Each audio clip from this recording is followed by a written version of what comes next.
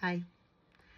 So, one of the things I was just thinking about that I really love about this moment, I've been thinking about this whole week really, is this beautiful response to the violence that we're seeing directed towards trans people. And there's so much. There's so much that we could say about what's happened just in this week alone. Nonetheless, this ongoing attack on trans and gender nonconforming people. But one of the things I love is the way that we're taking back language, and in particular, some historic language, some archived language, um, as people continue to resist what's happening. There's this rebellious spark that you can really feel that's really rippling out. And so what I'm loving is the re-embracing of the word transsexual. Transsexual to describe organizing. And when I came out in the early 2000s, I knew I was trans in the 90s, and didn't have the words for how to describe it when I came out in 1990 or 1991, but knew I was trans and knew I wanted to transition.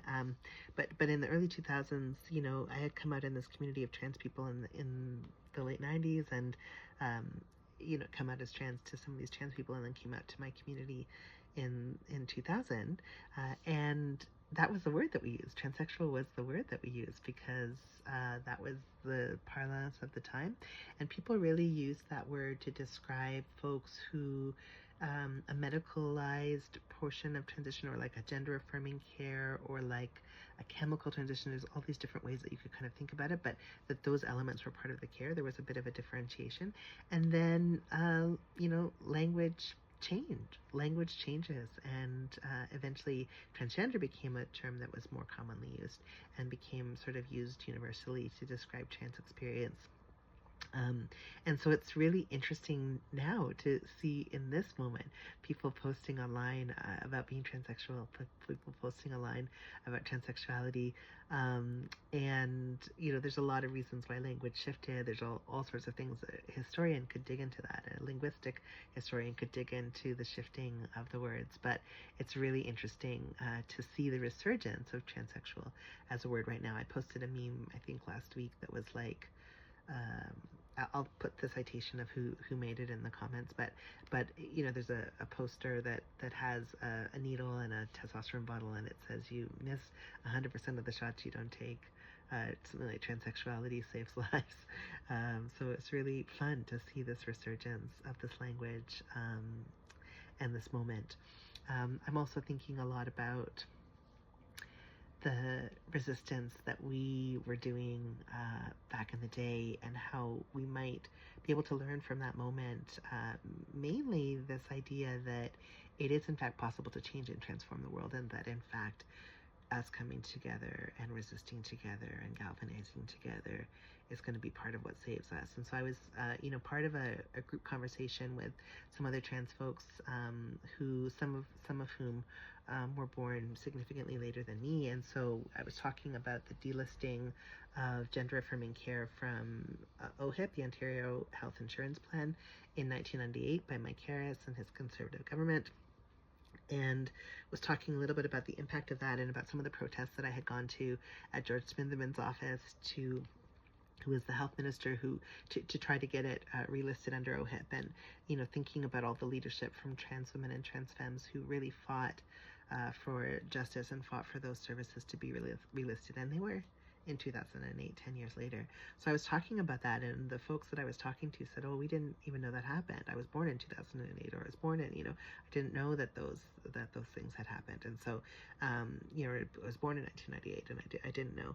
So just thinking about the benefit of being able to talk about and hear from trans folks who had come before us, because it was trans elders in my community who were doing this organizing, and I, was going and showing up. And I remember going to many an early morning protest at Smitherman's office, and then there was this Golden Griddle down the street where people would get together, trans people would get together for like kind of meetup and support connection, and there was like a cheap breakfast kind of buffet kind of situation, or breakfast situation. And I think of a lot of those times of just, where it seemed like it was really impossible because people had their care interrupted midway, in the middle of a process of a gender affirming care process when it was delisted. And how heartbreaking it was for so many folks to have this interruption.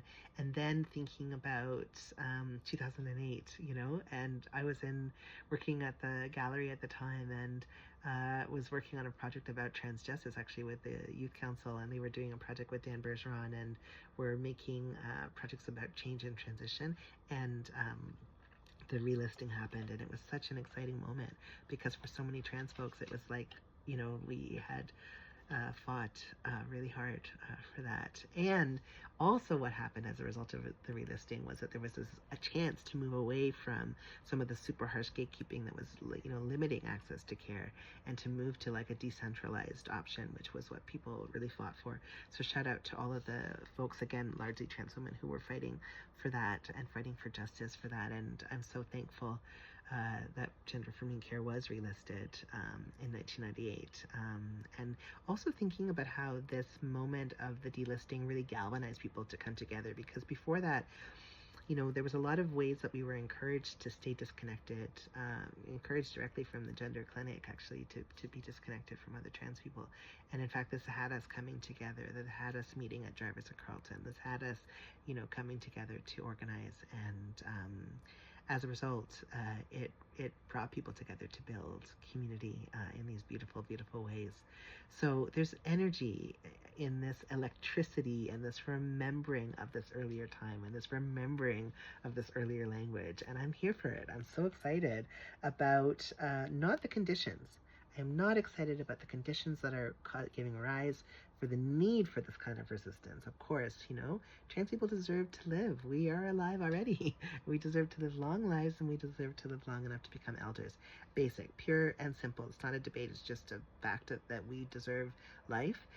And also, what a moment in time when people are really resisting and coming together. And I'm thankful for us for reminding each other that we take care of us, that we show up for us, and that we will always keep each other safe. And we kept each other safe in the 90s, and we kept each other safe in the 2000s, and we will keep each other safe now. So really thinking about, resistance, thinking about that poster, transsexuality saves lives, and thinking about transsexual as a word that's coming back. And thinking about, all of the organizing and resistance. Thinking about this, I had this top surgery fundraiser in 2005 that was called the Sexy Change Fundraiser. And it was just incredible. Like hundreds of people, I didn't know half the people who came and supported to make sure that I had access to gender affirming care, because this was when it was not listed.